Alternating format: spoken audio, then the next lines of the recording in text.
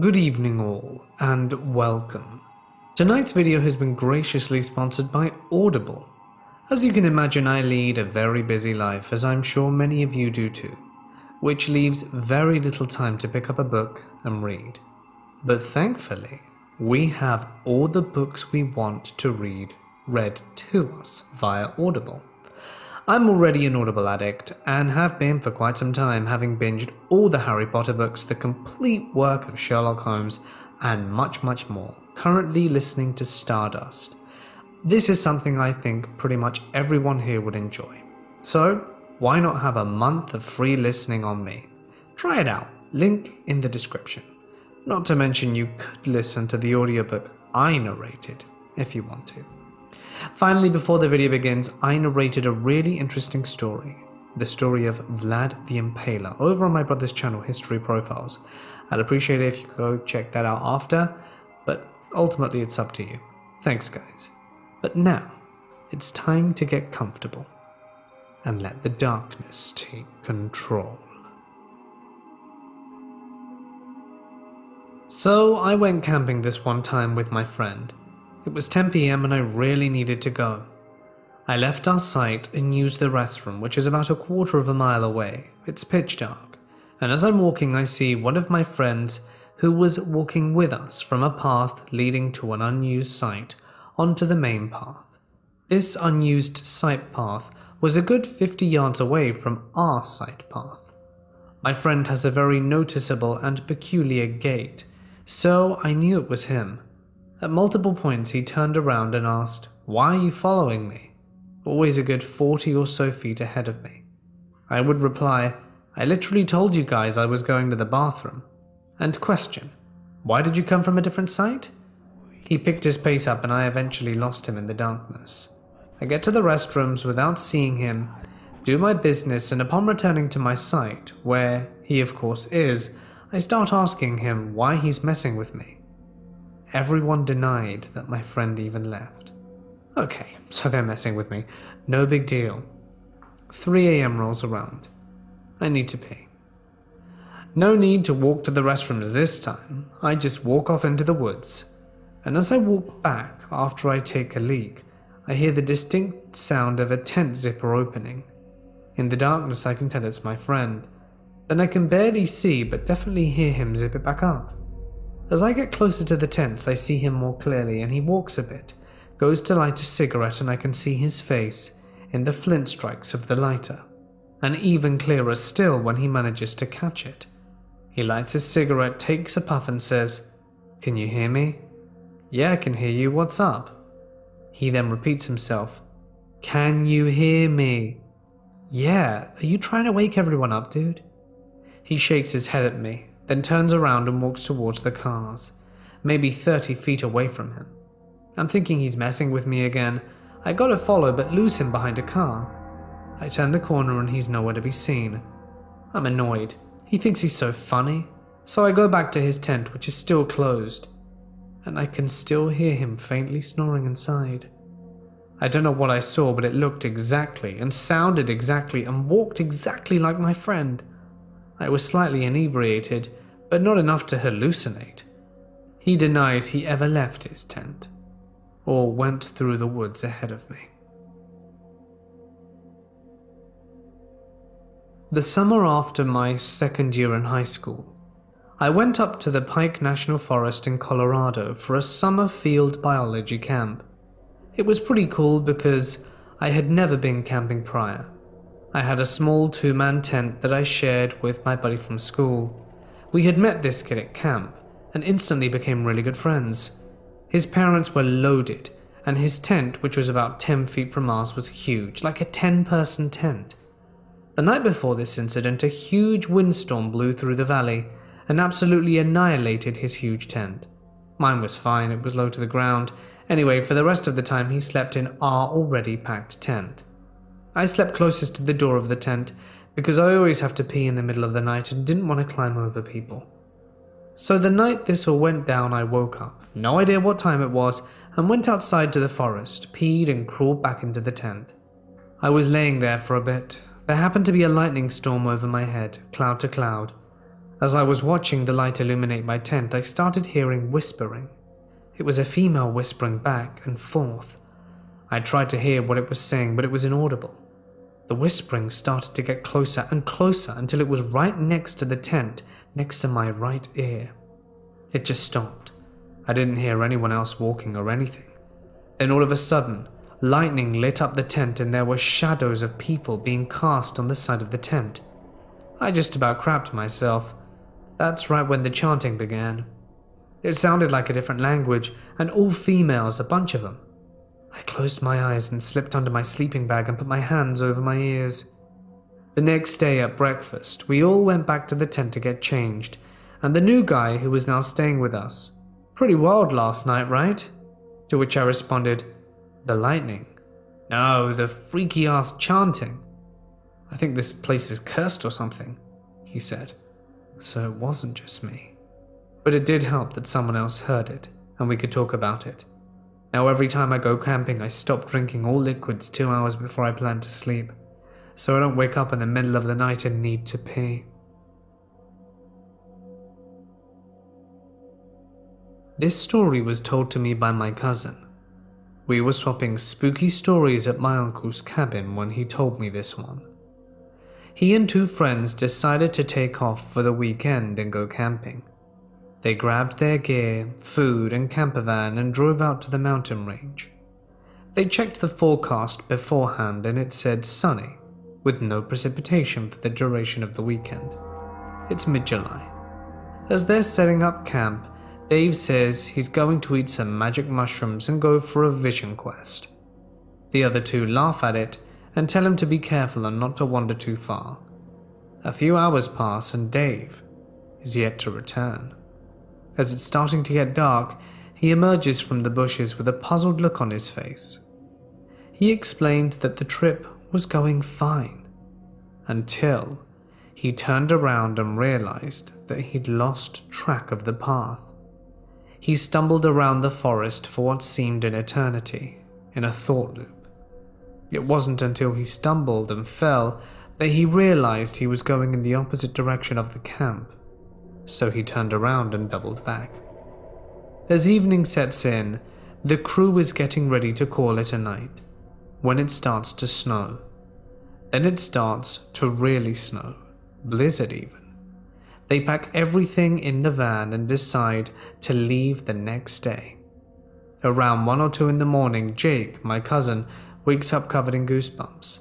He climbs out of his bed and wanders around the van, first checking to make sure it's locked, and it is. He turns and tries to look out the window, and it's completely frosted over. As he's trying to make anything out at all, a feeling comes over him like there's something bad, or something looking directly back at him from outside. He dismisses it and goes back to bed. The next morning they awake to snow still coming down, Jake still thinking about last night, and walks around to the window as he felt uneasy. To his horror, there are bipedal tracks leading up to the van window, but none leading away. He runs and tells his friends, and they agree to get out of there.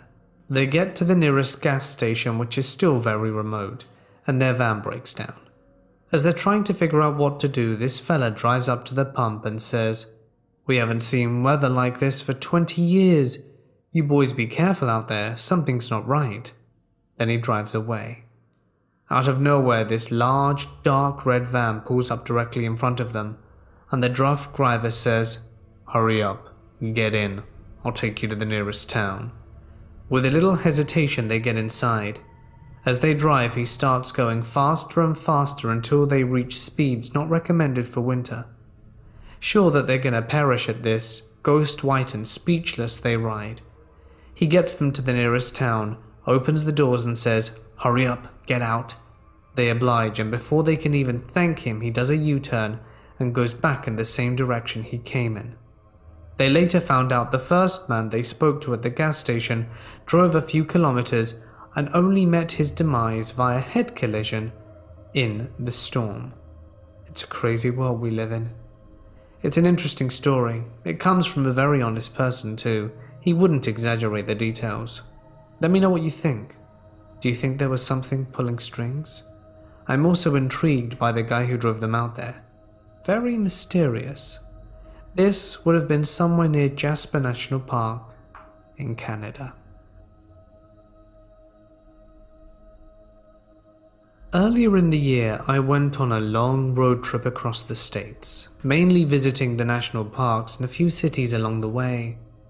Towards the end of the trip, we found ourselves staying in the small town of West Yellowstone. This appeared to be an ideal base while we explored Yellowstone National Park. We booked into a pretty creepy but cheap motel just off the main street for a couple of nights. Me and my fiancé had one room, and my parents another. On the first morning there, we planned to get up early, catch the sunrise and hopefully spot some of the local wildlife. So our alarms were set for 5 a.m. At about 4:45 I was woken by a loud banging on the door, followed by crying and shouting. I instantly jumped out of bed, thinking the worst had happened. I opened the door to my mum in a state of panic, saying that there's someone screaming. A woman is screaming. There, clear as day, I could hear the woman screaming. It sounded as though it was within 100 feet of us, and Mum claimed that it had been happening for the last half hour. We wanted to call the police, but had no phone signal, no phones in the rooms, and we were the only people about. After listening for another 10 minutes or so, we realized we never once heard any form of words come from this scream. No help or get off, just loud, odd old screams. Now, thinking this could be just some local fox or something, we all hit YouTube and Google trying to find a sound clip of the same thing, but no luck. Then, after I'd been hearing the scream for about a half hour, a police officer seemed to appear out of nowhere. He started asking questions about what we were doing and why we were up, and we thought he'd come about the scream, and we quickly told him everything. He then heard the scream and sped off townwards. This scream got less frequent and eventually stopped, so we decided to go about our day. We saw the lovely sights of Yellowstone and even showed several park rangers the video to see if it's an animal, but they all said they had not heard anything like it before. So when we got back to town that evening, we stopped into the sheriff's office to try and get some info. This was met with a lot of hostility from both the reception lady, who eventually closed the shutter in our face, and the same officer we'd seen in the morning. They both said exactly the same thing, almost scripted. "Sorry, ma'am, but that was an intoxicated woman yelling for her boyfriend." I didn't quite understand how they could put it down to someone shouting to their boyfriend. I get it, people get really wasted, but not to a point where you can't even say words. Later that night I did further research, which leads me to loads of different things, but ultimately brought me to the Native American skinwalkers. One thing in particular that struck me was there is a lot of accounts stating that skinwalkers will pretend to be injured humans or even babies to lure in new prey. After really listening to the screams, it almost sounds human in places, but at the same time perhaps sounds like a wild lion. What the hell could this have been? My wife and I were camping last night in Blue River Reservoir in Oregon. We camp here often and decided to explore up FSR 520 and found a cool abandoned bridge far back in the woods over Cook Creek. The spot was beautiful, and we were set up over the river on this long abandoned bridge over the creek. If you've ever been up to Oregon woods, you know that they can give off a creepy vibe, and this was no exception. But it really was a dream campsite. Being 40 feet directly over a river, while on a bridge with limbs growing everywhere over it, isn't your everyday spot. I'll throw in the background that there was no one within at least 3 miles of us, and we had to hike a little from our car, approximately 1/10 of a mile. We explored around the area for quite a bit and didn't come across anything out of the ordinary besides a pair of shoes and a name Mona, written in ash on a rock of a firing. While we were sitting by the fire, I noticed a very bright flash of light over the river and snapped my head up but didn't see anything. A few moments later, I was paying closer attention and watched a ball of light float, even with the bridge 40 feet in the air, from one side to the other of the woods over 50 feet. The light was very blue. My first thought is that I should have heard a car if it were headlights. But how could a car or the lights arrive to such an isolated area? The blue light was unlike anything I'd ever seen. I mentioned it to my wife, but didn't want to freak her out, so dropped the subject soon after. Later that night in the tent, we had the mesh lining up where we could see outside. My wife gasped and watched as the same blue light floated at the other end of the bridge, 30 feet away, and hovered in the air. After a good bit of time, it shot into the woods. It being late at night, we were obviously scared of someone's headlamp, but it shot 40 times quicker away than any human could go, and we saw nothing attached. Our dog left the tent and stared at that spot for the next 10 minutes, while also peeking down the side of the bridge very seriously.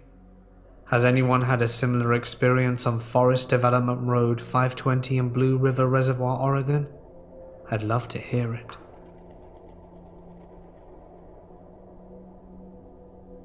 My husband and I have been together 9 years, and this happened on our first real date.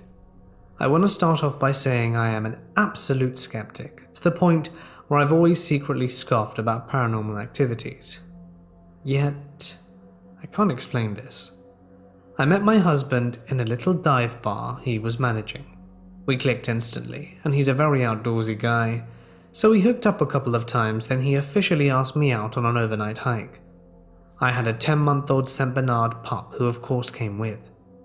We drove up way past Cougar towards Mount St. Helens and parked on the trailhead leading to Bolt Camp. It's just a little shelter along the Lewis River, about 5 to 6 miles in. So we packed all our gear and even a backpack for my dog and headed out. I can't stress how beautiful that hike is. Massive Doug firs covered with moss. Sometimes there were little wooden bridges crossing streams along the trail. My husband would always yell, "Watch out for trolls," when we crossed them.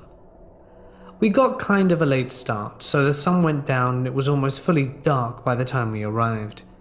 There were so many hollow stumps, the setting sun would shine through them, and they lit up inside. They looked like little hobbit houses with fires burning through the hearths. And the mushrooms, my God! They were bioluminescent ones that glowed green in the dark. It took forever, and he kept saying it was around the next bend, but it never was. We finally arrived and unpacked. It was awesome. You can Google Bolt Camp. It's a wooded, 3-sided shelter. You'll even see my saint in one of those pics. People leave stuff at Bolt Camp for the next folks. Someone had left a half bottle of scotch. We partook in that when we left, and we hung a little baggie of weed from the rafters and some beer and water. Anyway, we made a fire and cooked steak on rocks, got drunk and fell in love. I fell asleep first, and slept towards the inside of the shelter, my now husband and dog towards the outside. It was late in October and quite dry. It was very, very cold and the fire wouldn't stay lit. Eventually he fell asleep too. My St. Leo kept growling in the dark, and they bonded over that. "What do you see, buddy? What's out there?" They were both awake when I awoke. Thinking it was 2 to 3 a.m., I was facing the back wall of the shelter, and then I saw it. A wispy, gossamer, cobweb-looking thing floating to and fro in the back of the shelter. It would flip and spin and turn over itself.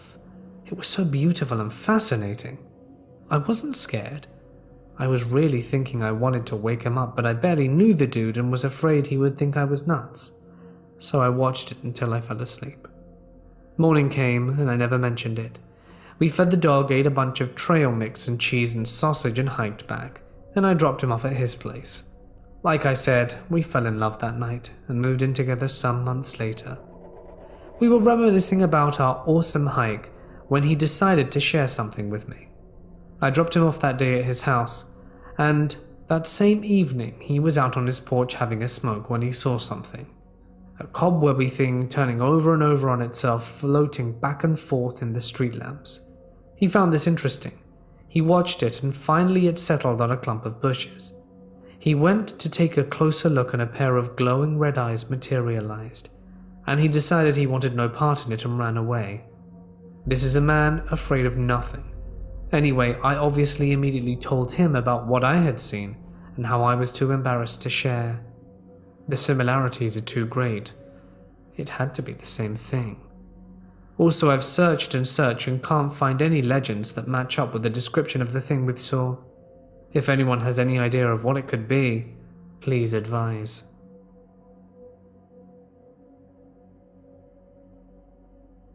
This all started 2 years ago, in the beginning of October 2018. My dad and I went camping in southern Ohio. I was 34 and my dad was 58 at the time. We went over to my grandma's house because she has a lot of secluded woods and basically lives in the middle of nowhere. The area has had a history of religious practices by the Hopewell Indians and occultism by certain groups who go into the woods on certain dates and perform ceremonies, but I thought nothing of it. These ceremonies have been witnessed by my cousin while hunting and by my grandparents for years now. I parked my car and my dad and I began carrying all the camping equipment to the deep woods. We ended up walking 3 to 4 miles back and finally found a spot to settle in and pitch the tent. After an hour or so, we decided to move from that spot to the top of the fairly large hill to have a better view, and I feared it might rain and didn't bring the top to cover my tent properly to keep the rain out.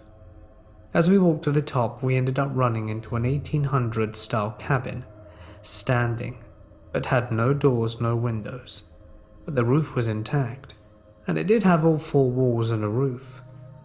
I have seen this cabin many times, as it is along a trail through the woods near my grandma's property, and this was the worst mistake we could have ever made during this trip.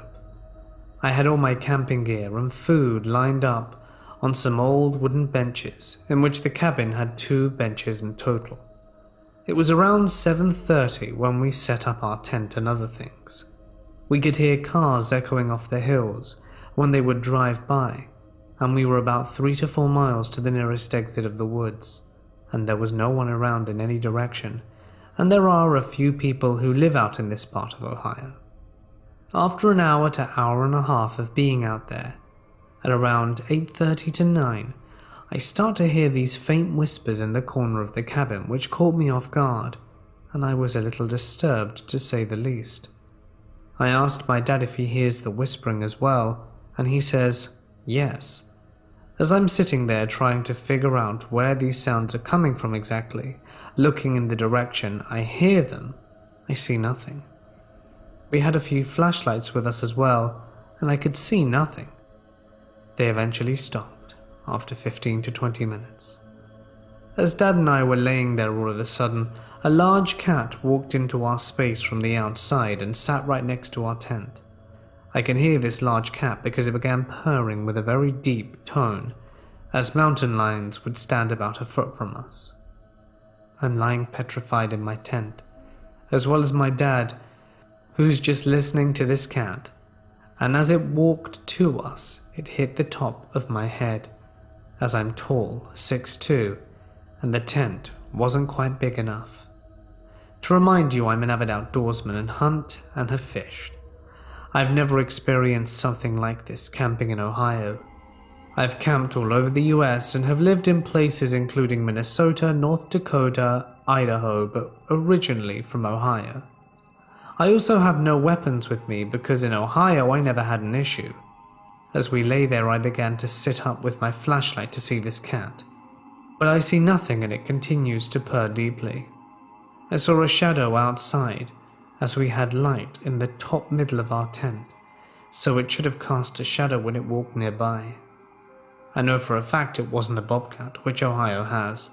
Its purring was much too powerful sounding to be a cat log that size. As I'm sitting up in the tent, the cat begins pummeling my food and bottles of Mountain Dew that I'd put on the benches, and then shortly after sounded like it jumped from one of the windows. I sat there in amazement over this and could not understand what just happened. To my surprise, it only got much worse. Not long after the cat left, we then began to hear leaves ruffling and a bipedal creature over and over again throughout the night with large limbs, and trees breaking, and small rocks being thrown out the cut-out windows. I got my flashlight and shined it towards the ruffling of the leaves, but the strange thing was you could not see a physical creature in the direction of the sound, nor the limbs breaking. These same patterns of leaves and branches breaking continued over and over again. I went back to my tent dumbfounded, and soon after my dad and I heard 2- and 4-legged creatures start to run around the cabin, making all kind of ungodly sounds, lasting at least 5 to 10 minutes. Then out of nowhere, one of these creatures starts beating on the side of the cabin, hitting it twice with a thundering noise. My hair started to stand on end. I was in utter shock, along with my dad. These same patterns of sounds lasted 8 hours, before we eventually packed a few things and decided to run for it. Before we left, the beating of the cabin grew louder with each hit. The last hit of the cabin before we decided to leave was around 4 AM. It was so loud I thought I was going to be deaf from it. I can only describe this sound as a large 12-gauge shotgun, 3.5-inch buckshot loaded in it, and shot in a close proximity to hear the sound. As we got up to leave, we had our flashlights on, standing back to back, walking out, and everything went silent all around us. As we got so far on the trail, we began running along until we reached a valley in the woods, and we stopped, because just to the right of us stood this creature. It was so dark in the woods, even with a flashlight, but you could see this creature standing on a small hill, looking down on us with yellow eyes set pretty far apart from each other, and it appeared from our distance to be at least 7 foot tall.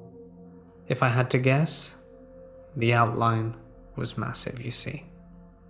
It seemed like this thing was absorbing the light shined on it.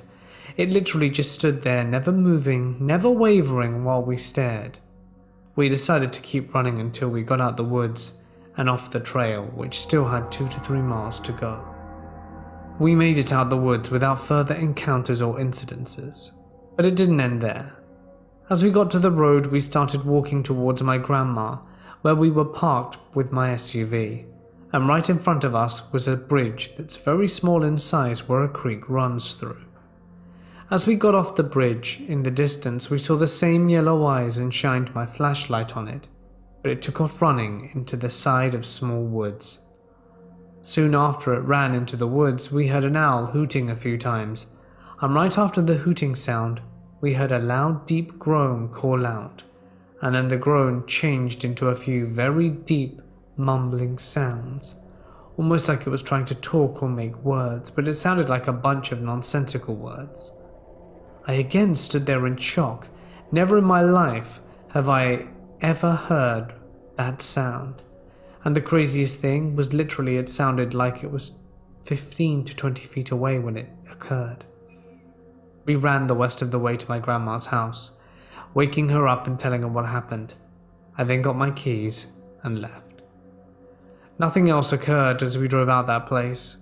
I grew up in this area, and the only time I heard of something happening was when I was 10. So, me and both my uncles ran down the house shaking from head to toe. They explained that they were hunting late, and it got really dark on them, and they were beginning to walk. As they were walking, they saw a creature or animal begin to growl and chase them, but they couldn't see it. They were back to back shooting shotguns in the direction of this creature, which did nothing to scare it away, and it chased them all the way, and never once did they look back to see what it was. After my night from hell, I felt like I was in the Twilight Zone and would never return to camp in that area again. It has bothered me to this day, wondering what in the world took place, and what in the world were those creatures from hell.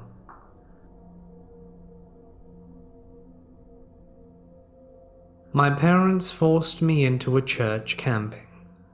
It wasn't from any church, and I didn't want to be friends with the people there. My female cousin went too, so we had a nice conversation. The place was okay, but around it had a lake and a bridge to the forest to the other side of the lake. There was this weird air in the area around the camping place where we were at. I remember exploring it, and there was a very bad energy there. Ripped clothes, campfires that looked old, black trash bags hanging in the trees, all that in the forest around the camping area. At one of the last 3 nights there, they finally lit a campfire for us to be around. Me and my cousins were talking for a moment, and then we remained quiet for 5 minutes. I looked away into the forest, and there was a little lake splitting us from there. Suddenly I saw a man running around the lake in the forest area. He was wearing a white, huge, Jesus kind of cloth and using no shoes. He ran very fast and I watched him and felt very scared. I looked at my cousin and then she looked at me spooked. I asked her if she saw something and she described exactly what I saw. We got that creepy feeling from it and nobody from the church believed us. Even to this day I can remember the man, who was tall in white robes and very pale, running on bare feet, giving off this awful vibe.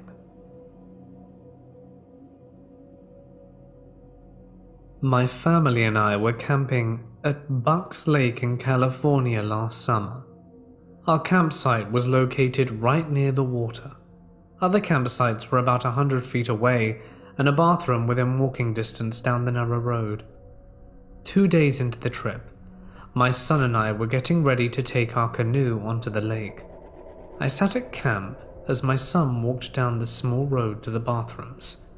I waited for a while and decided to walk over to the bathrooms.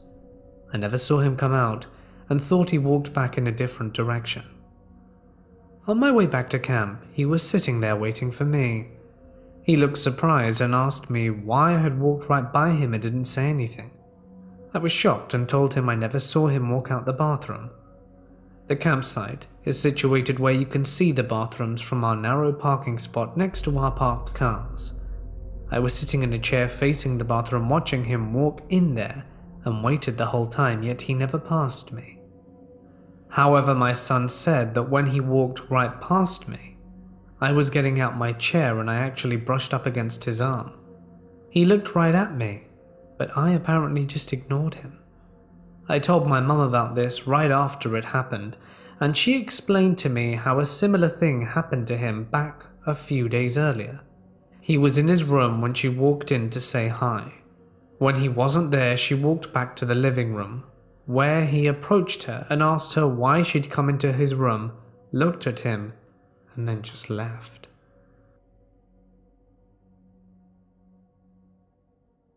When I was around 5, I went camping with my parents in a place called Bear Creek Reservoir in British Columbia. It's a very isolated place deep in the woods. We got there by driving up an old logging road. The actual reservoir itself is very beautiful and quiet. I actually looked up the area on Google Maps, and it still gives me chills even looking at it from a satellite perspective, but anyway. So the day passed without incident. We mostly just swam the whole day and went to bed, but the following morning I woke up in my parents' tent just as the sun was making its appearance.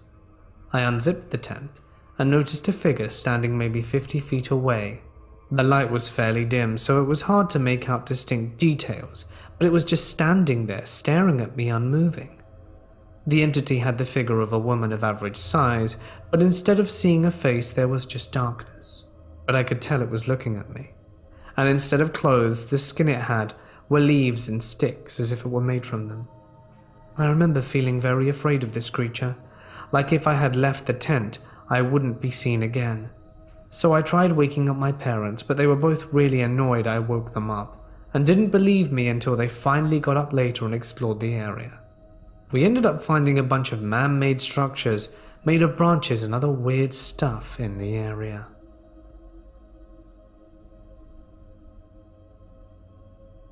I was 14 years old when I went on this camping trip with my family and best friend.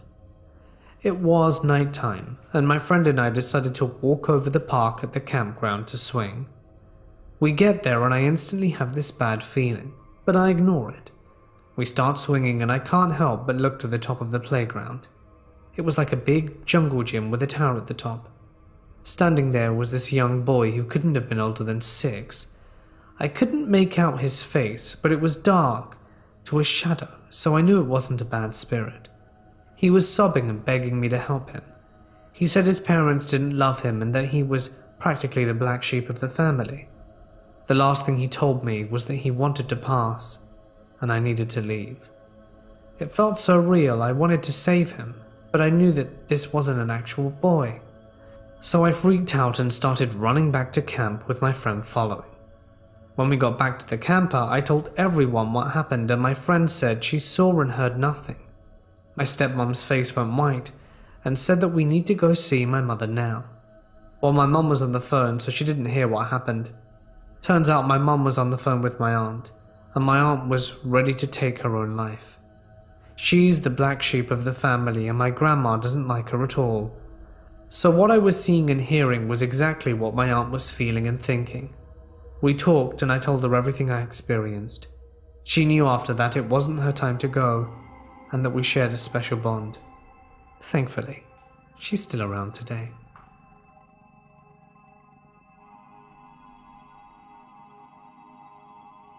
A while back, me and my partner were backpacking/hitchhiking around Germany, with our eventual goal being Berlin. We got there pretty fast, seeing as we didn't have any money at all, living off donations of people who picked us up on the way to Berlin. Having no money meant sleeping in a tent in the streets. We were planning on staying in Berlin for a while, so we decided that we could take the opportunity to sleep in different spots in the city every night. Now, one of those nights turned out to become one of the most disturbing experiences of our lives. We were pretty tired, as most of our days in Berlin pertained to walking around the city most of the time, checking out places to sleep, and we eventually settled for a place in the middle of the city, next to a bridge crossing a river. We pitched our tent and had dinner. After that, I started to feel real anxious about the place we chose for the night, so after looking around I found several harrowing needles around our campsite. We sat down and started talking about leaving that place. We were both really tired, but also really uncomfortable with the place that we were staying in now. So while my partner was looking up other places to stay that were more comfortable, like a city park, I started getting a weird déjà vu feeling. A feeling that the choice we were about to make would be an extremely important one. My partner found a park, and I was just glad that we could leave, so we packed our tent and started heading towards the park known as Rixendorfen Hohe. By the time we arrived at what we now found was a forested hill, it was already dark. We headed up thinking we would get some privacy somewhere high on the hill. After a climb, somewhere half up, we found an open place, which under any normal given circumstance would have been perfect. Only I did not feel safe there at all. By now I was feeling such a drag to my partner, but the type of anxiety I was feeling was one I'd never felt. I started scouting around the place, and the source of my anxiety became clear. On the path up to our clearing, I saw something I can only describe as someone staring at us from a distance. I was paralyzed, just staring at this man. After composing myself, I convinced my partner to not take this place, but instead to head higher up. While climbing, I tried to tell him what I'd seen, but also that I didn't think the thing I saw was human, and tried to convey that the fear I felt was of a paranormal kind. He believed me, but it was also scaring him a bit, but we kept heading upwards. Eventually we reached the top of the hill, where there was a huge clearing decorated with steel stones in a circle of some kind. I still felt really on edge, so I didn't want to pitch the tent immediately. I wanted to calm myself down first, so I told my partner I was going to meditate, and asked him if he wanted to meditate with me as well. I tried meditating, but I was too scared to close my eyes. After some time of not meditating, but really just staring at the tree line, I gave up, and just looked around the place we were at. The first thing that caught my eye was a tree separate from all the others, somewhat in the middle of the clearing. For some reason I couldn't divert my gaze from this tree, and that's when I clearly saw it. a black figure seemingly in the tree waving its arms almost like a dance.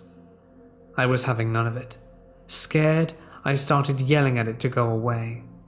That's when my partner noticed it as well, something he later described as a clear aura outline. He joined me in telling it to back off, only it didn't. Instead, I heard it approach more and more. But what I heard sounded like static, followed by a hard tick on my nose. I immediately stood up and told it harshly to piss off without fear, after which I immediately apologized as to not anger whatever the hell we encountered. We picked up our bags and practically ran down the hill, totally forgetting about our tiredness, and just kept running and kept talking to the forest, thanking the spirit for the encounter and telling it I wouldn't seek contact and confirmation of further proof of existence of spirits anymore. I kind of felt like a crazy person, but the shared experience told me I wasn't going insane. We kept running, and nearly down the hill my partner stepped into a big pile of horse poo, which lightened the mood almost immediately, while me coming to the hasty conclusion that this was all an elaborate joke of some trickster. We safely made it out the park, but the experience was one I'll never forget. We ended up sleeping in Marianneplatz, close to where the other hobos set up camp as well, and where half the place is squatted by punkers. So now the reason for posting this story. Have you guys ever heard of this place? Maybe people in Berlin who can check it out themselves?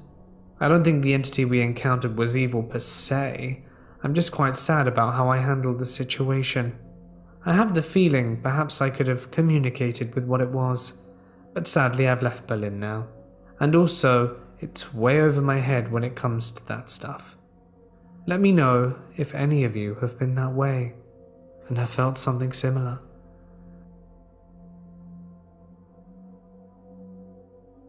My mum and I were camping in our local national park in the Alps.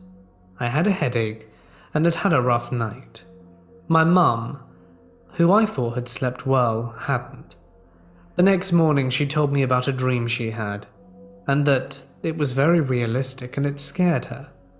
She thought she heard men talking outside our tent in a foreign language and thought that we were going to be in trouble, being that we were two women alone in the middle of nowhere. Then she saw a woman walk slowly just next to our tent while looking at us in a kind of farm outfit. Next thing she saw was a whole lot of people dressed in white in trenches just being there.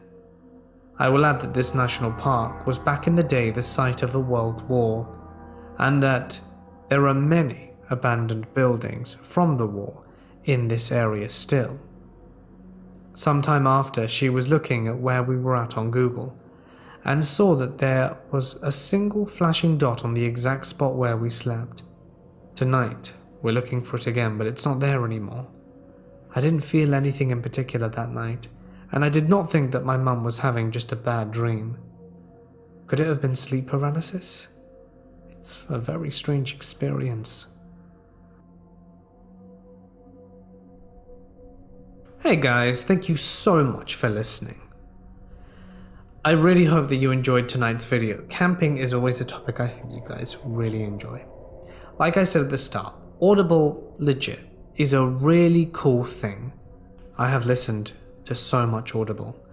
I'm probably going to check my stats, and I know I've listened to many hours. Sherlock Holmes is like 40 hours or something. I don't know how much all the Harry Potter books are combined, but it's probably a lot. Then all the other stuff I've listened to as well. Maybe I'll put a picture up or something. In any case, check out the link if you're interested. A month for free. A huge thanks to all my lovely patrons and my members, something that you guys can be a part of if you wish, and you get fancy perks for signing up. So, think about it and let me know. Finally, I've got something else for you to watch. I narrated this video over on History Profiles about Vlad the Impaler. My goodness, he was worse than they make out. I really